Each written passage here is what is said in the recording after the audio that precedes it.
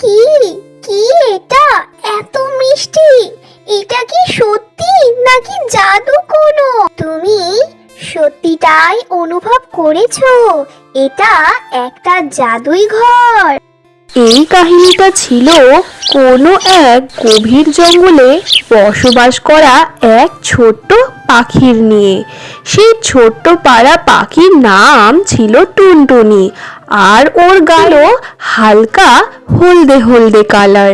আর ওই পাখির আওয়াজ ছিল খুবই মিষ্টি। টুনটুনি পাখি খুবই একটা গরিব পাখি ছিল।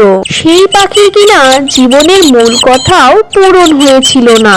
ও জঙ্গলের গাছপালা থেকে ছোটখাটো ডালপালা জড়ো করত, আর নিজের খাওয়ার জন্য কোনো ছোটখাটো মিষ্টি ফল জোগাড় করেই সেগুলো খেয়েই দিন কাটাতো। ওর আর কেউ ছিল না, ছিল শুধুমাত্র ছোট্ট একটা ছাগলছানা বন্ধু। সেই বন্ধু ছাগলছানা কিনা সবসময়ই থাকতো টুনি পাখির যে কোনো বিপদে আপদে সাহায্য করবার জন্য।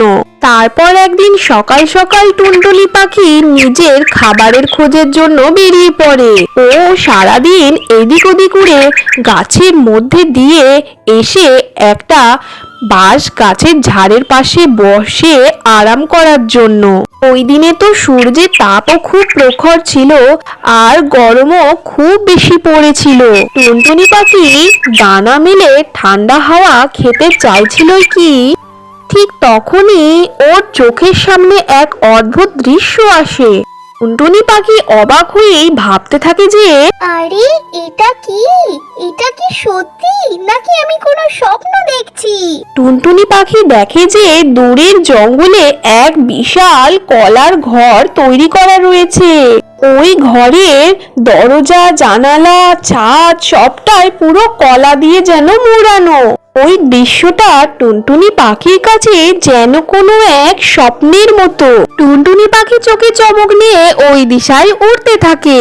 যেই কিনা ওই পথের দিকে উড়েও পা রাখলো, ওর মন তখন খুবই ছটফট করতে থাকে। তারপরেও খুশি মনে বলে ওঠে যে, এই ঘর তো একটা কলার ঘর। তারপরও ধীরে ধীরে কলার ঘরের দরজার দিকে এগিয়ে যায়। ও দেখে যে দরজাটা তো খোলাই আছে। ও সংকোচ করে ওই কলার ঘরের ভেতরেই চলে যায়, আর ভিতরের দৃশ্য দেখে তো পুরো অবাক হয়ে যায়। পুরো ঘরের মধ্যেই যেন সব কলাই আর কলাই ছড়ানো রয়েছে। বড় বড় আকারের সমস্ত কলা যেন ঝোলানো আকারে রয়েছে। ঘরের চারপাশের দেওয়ালেই যেন কলাই আর কলাতেই ছড়ানো। ঘরের চারপাশের দেওয়াল যেন কলার ছড়া দিয়েই বানানো ছিল, আর ঘরের চারপাশেই যেন কলার সুগন্ধে ময় হয়ে যাচ্ছিল। টুনটুনি পাখি একটু সাহস করে একটা কলাও ছিঁড়ে নেয়। এটা কি এত মিষ্টি? এটা কি কোনো জাদু নাকি? তখনই টুনটুনির কানে একটা আওয়াজ উঠে আসে। তুমি এটা সত্যিকারই অনুভব করেছো? এটা একটা জাদুই ঘর। টুনটুনি পাখি হড়বড় করে পিছনে ঘুরে দেখে যে একটা বড় সোনার পাখি দাঁড়িয়ে ছিল।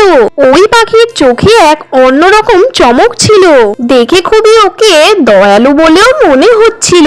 তারপর টুনটুনি পাখি ভীত হয়ে ওই পাখিকে জিজ্ঞাসা করে যে, তুমি কে? তারপর সোনার ওই পাখিটা মুচকি হেসে ওকে বলে যে, আমার নাম পরিণীতা। আমার এই ঘর আমার জাদু দিয়েই তৈরি। তুমি এই ঘর তখনই পাবে যখন তোমার মন পুরো সাফ হয়ে থাকবে, আর যদি তুমি কোনো অপর কাউকে সাহায্য করতে চাও তবে। এই কথা শোনার পর টুনটুনি চোখে তখন অনেক প্রশ্ন। কিন্তু আমাকে তুমি এসব কেন দিলে? তারপর পরিণীতা ওই টুনটুনি পাখিকে বলে যে, তোমাকে তোমার পরিষ্কার মনের ভাবনাই তোমাকে এখানে নিয়ে এসেছে, আর এখন থেকে এই ঘর কিন্তু তোমার। তবে এটা কি সত্যি? আমি তো এক গরিব ছোট্ট টুনি পাখি। আমি কাউকে যে কিছু দেব, আমার কাছে তো কিছুই নাই। তারপর পরিণীতা এক গভীর নিঃশ্বাস নিয়ে ওকে বলে যে, তোমার মন পরিষ্কার এটাই সব থেকে বেশি জরুরি। এখানে যে কেউই নিজের জরুরি পূরণ করতে পারে, কিন্তু এখানে যে অপরের কথা ভাববে সেই এটার আসল রূপ বুঝতে পারবে। এটা শোনার পর টুনটুনির মুখে এক হালকা হাসি আসে। ও মুচকি হাসি হেসে ওই পরিণীতাকে বলে যে, তাহলে কি আমি সবাইকেই কোনো সাহায্য করতে পারবো? একদম। এই ঘরে যেই আসবে সে অনেক জিনিস পাবে, যেটাই কিনা দরকার সেটা। কিন্তু একটা কথা মনে রাখবে, এটা ঠিক তখনই হবে যখন তুমি তোমার মন থেকে সঠিক নির্ণয় নেবে। এটা শোনার পর টুনটুনির মন খুশিতে ভরে ওঠে। তারপর ও ভাবতে থাকে যে ওর কাছে এমন একটা জিনিস আছে যাতে ওটা দিয়ে ও অপর কোনো পশু পাখিকে সাহায্য করার কাজে ব্যবহার করতে পারবে।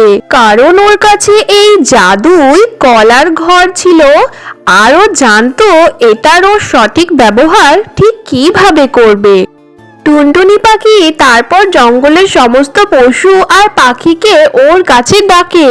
ওর ঘরে মজুত করা কলা, নানা রকমের ফল ও সমস্ত পশু পাখিদের মধ্যে বিলিয়ে দেয়। সবার প্রথমে তো ও ছোট ছোট পাখিদের ডাকে, যারা কিনা সবসময়ই ক্ষুধার্ত অবস্থায় থাকে, কোনো খাবার পায় না।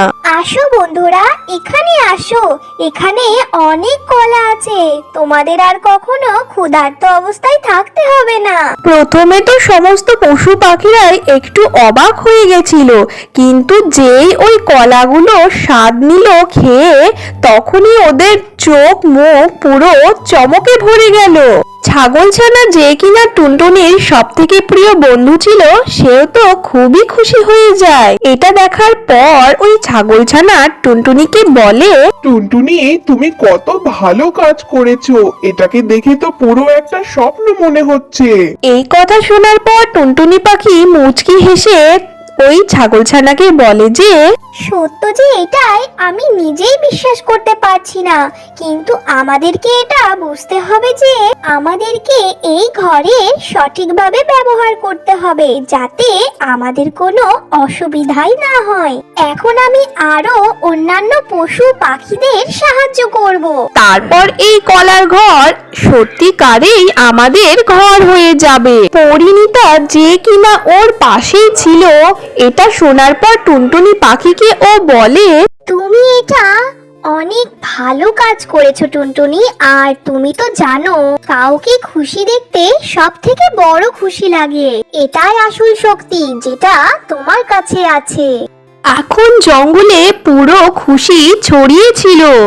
সমস্ত পশু পাখি টুনটুনির ঘরে খাবার খাওয়ার আনন্দ নিত। ওই ঘর শুধু কলার ঘর ছিল না, ছিল প্রেম, ভালোবাসা, দয়া মায়ার প্রতীক। সময় যেতে থাকে আর টুনটুনি পাখি ধীরে ধীরে সমস্ত জঙ্গলবাসীকে এক পরিবারের মতো করে জোড়া করে রাখে। যে কেউই একে অপরের সাথে দেখা করত আর একে অপরের সাথে সাহায্যও করত, আর যে কোনো সমস্যার সমাধান সবাই মিলেমিশেই করত।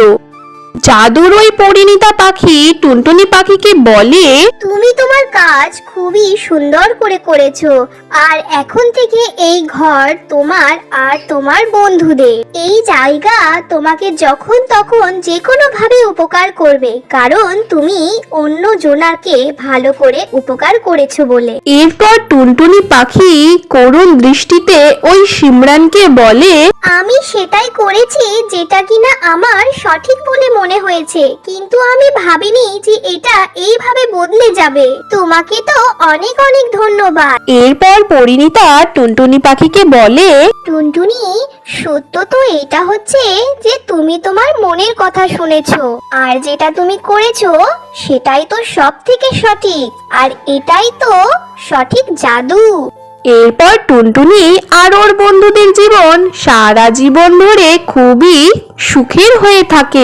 জাদুই কলার ওই স্থান সবার কাছে খুবই প্রিয় স্থান হয়ে যায়, আর এটা যে কেউই জানতো এই ঘর টুনটুনির দয়া মায়া মমতার প্রতীক ছিল। এই কাহিনী থেকে আমাদের এই শিক্ষায় পাওয়া যায় যে সত্যিকারের খুশি তখনই পাওয়া যায় যখন আমরা একে অপরের কোনো বিপদে আপদে সাহায্য করে থাকি, আর মন থেকে সেটা সাহায্য করে থাকে। টুনটুনি পাখি এটাই আমাদেরকে প্রকাশ করেছে যে আসল জাদু তো দয়া আর মমতার ভাবনার মধ্যেই লুকিয়ে থাকে। তো বন্ধুরা, আজকের এই কাহিনী টুনির জাদুই কলার ঘর তোমাদের কেমন লেগেছে অবশ্যই কমেন্ট করে জানিও, আর লাইক আর সাবস্ক্রাইব করতে একদম ভুলো না। দেখা হবে পরের কোনো এক টুনটুনির কাহিনী নিয়ে।